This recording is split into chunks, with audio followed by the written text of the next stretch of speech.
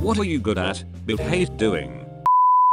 Working as a programmer. I'm good at it, it's lucrative. But after 15 years I'm so tired of it. I just want to make enough money so I can do something else. Learning to program and see, I hope I don't get burnout from one of my favorite things. I think it depends what you are making. If you are programming in a big team and have no say over anything, for me I would burn right out. But working on my own smaller projects within a business makes me feel really fulfilled, even if all I made was some minor efficiency. Taping and mudding drywall. I hate it, but less than watching other people do it badly. Edit. Thanks for the updates. This is my single strongest life motivation. This is why I end up doing everything at work. I fucking hate myself for it. Sales. I've been in retail for the better part of my adult life. I'm pretty decent, can get customers to where they need to be, and just overall make sure someone is happy with their purchases. I just wish I was doing anything else. I just don't know what else I can go and do. I don't have any degrees, and need money to live, so I just keep plodding along at the safe, comfortable job. Dude, same. I can talk to and bullshit with anyone. I was selling stuff I loved, and it was fun, and I was broke. But then that progressed into a more lucrative career, and selling became more aggressive. I hated myself for feeling like I was taking advantage of the clients. But being on commission, you virtually had to if you wanted to pay your mortgage that month. I was praised for it, and told that the sky was the ceiling. I got out. I couldn't stand being so scummy, convincing people to lock themselves into shitty contracts for products that don't apply to their situation. Backstroke. I'm apparently fast at it, but it's still nasal destruction. I just hate how blind you are, watching the ceiling scroll by, hoping to catch a glimpse of the flag soon. My high school had 25-yard pools. That was bearable, but the 50-meter pools are like you're lost in the abyss. Outdoor 50 meters pools are the worst, especially if it's sunny out and clear as day. You have nothing to go off of, so you're normally zigzagging all over the place and hitting the lane line. I disagree. I got to the point where I refused to train backstroke unless I was outside. It was the never-ending lines on the selling that wrecked my sanity. I literally started hearing calliope music in my head during endurance backstroke sets. Customer support. Fuck me. Same. My co-workers have always told me I have the best customer service, but I absolutely despise it and get anxiety just knowing I have to speak to these people. This is me. I'm good with people because I've honed a polite style of communication out of contempt for talking with people. OMG. Thank you for putting words for how I am at work. Polite. Contempt. Public speaking. I always get told how calm and collected I am. That I am clear and good at making it interesting, easygoing and interactive. Inside I am screaming. Feel like I am going to puke. Panicked. Absolutely sure I have a giant stain on my shirt or booger hanging out. Adrenaline rushing that makes me feel like I am going to collapse the second I am off stage. I hate it. So I get selected almost every time because you're so good at it. I would be a total mess up there. I don't know you do it. Me either, Janet. Me either. That's interesting. I suck at public speaking because I feel the same way as you do inside but on the outside. I've got clammy hands. My face turns beet red. I have a hard time regulating my breathing and my voice turns shaky. And because I notice it, I then get embarrassed, which then turns my voice even more shaky. It's terrible. At least you don't look like a cool when you do it. Some forced exposure helped me. First ever speech tournament I went to, I froze up completely for a solid minute. I powered through and finished my speech, though every time I have to do experience and tell myself I literally cannot fail harder than that. And I survived it, and that usually settles my nerves. Mediating between people who can't get along. It is so fucking annoying and I hate it. Turns I get stuck doing it all the time at work. Ugh. Just thinking about it is stressing me out. It's nice to know I'm not the only one. Recently informed a bunch of people I'm going to start billing them. I just went to my company and said, "Get me the hell out of here, please."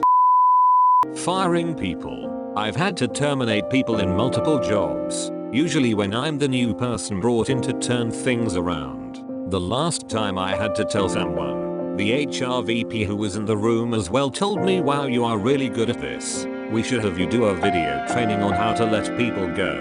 BTW, if you have to fire someone, aside from a really bad reason like theft etc, get them a severance, don't fight their unemployment claim, and cover their healthcare for a few months. Not every person works out for a job, and these things make landing on their feet much easier. Someone who hates having to fire people sounds like the perfect person to be put in charge of it. Sounds like a trilogy of novels called Scythe. Society has eliminated all disease and humans can live on forever. But now there are people appointed as scythes who serve as the tool to administer death as to regulate population growth. Long story short, you pick the people who hate doing it, as they are the most compassionate about how it's done.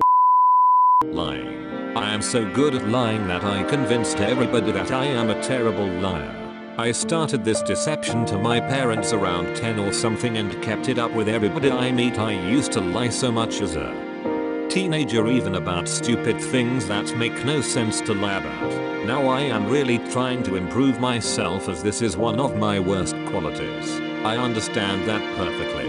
It almost becomes second nature.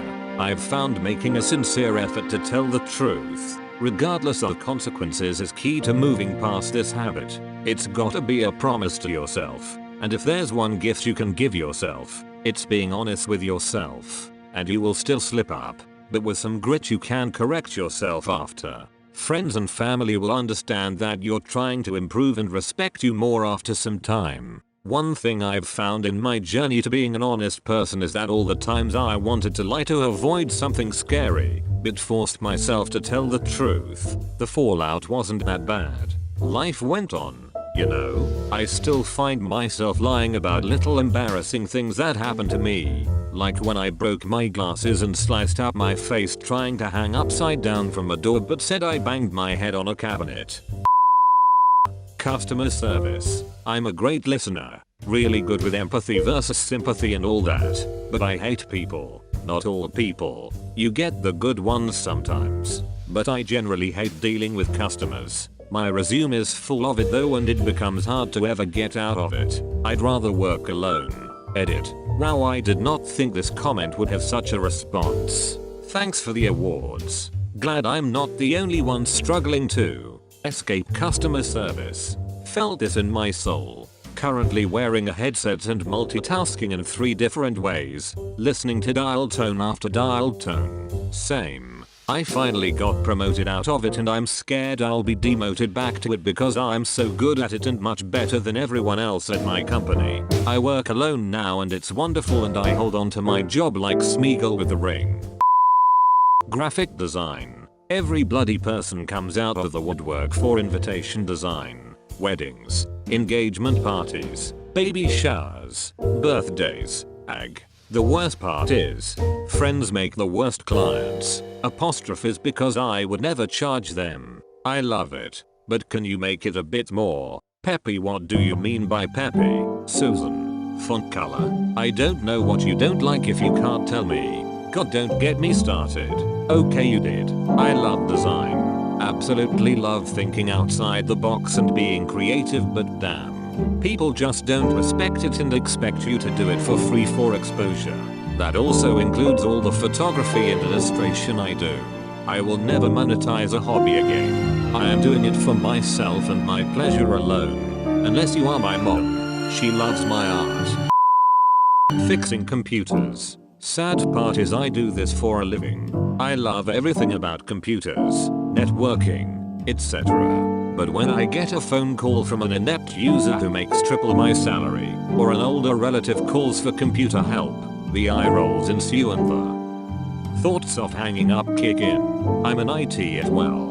I hate printers. What happened? Where did we go wrong with printers? Who fucked up? Whose head should we be wringing? Why are printers so fucking shit? Why do they not just work? Why is there always a fucking song and a rain dance to get these things to do what they should? Talking to people. 26 years in retail. I could win an Oscar for the amount of believable lies I told customers. You are the face of the company. You're always supposed to be smiling, happy, and able to carry on a single serving conversation with anyone you meet. Off the clock. And when I was single, I was very content going days without any talking or interaction. I kinda learned to be two different people, sometimes more depending on my life at the time. I'm tired of acting. I work at a pet store and the idea that I send animals home to people who just want a pet for their kid to neglect is terrible. Even after I tell them no to the animal, the parents get mad. BC, I refuse to make a small child happy. Fuck you, man, your 3-year-old isn't gonna be cleaning the sewer and so far you haven't convinced me you'll do that. But I can tell people to fuck off. So I stick to the polite statement of do more research. BC, it sounds like you're unsure if you're committed to this long-term relationship. It's funny, there is a corporate pet store, large chain, not a mom and pop, near me that is crazy hardline. They don't sell fish or small animals to people who don't take a 1-hour class on that animal freshwater or saltwater tank. I thought that was cool. Also, the groomers are hella legit. I was chatting one of the groomers and she said their location, despite the rules, is one of the highest earners in the area, so corporate lets them keep them. I guess they also are a testing store for new products, so I usually get free samples of dog treats basically in bulk.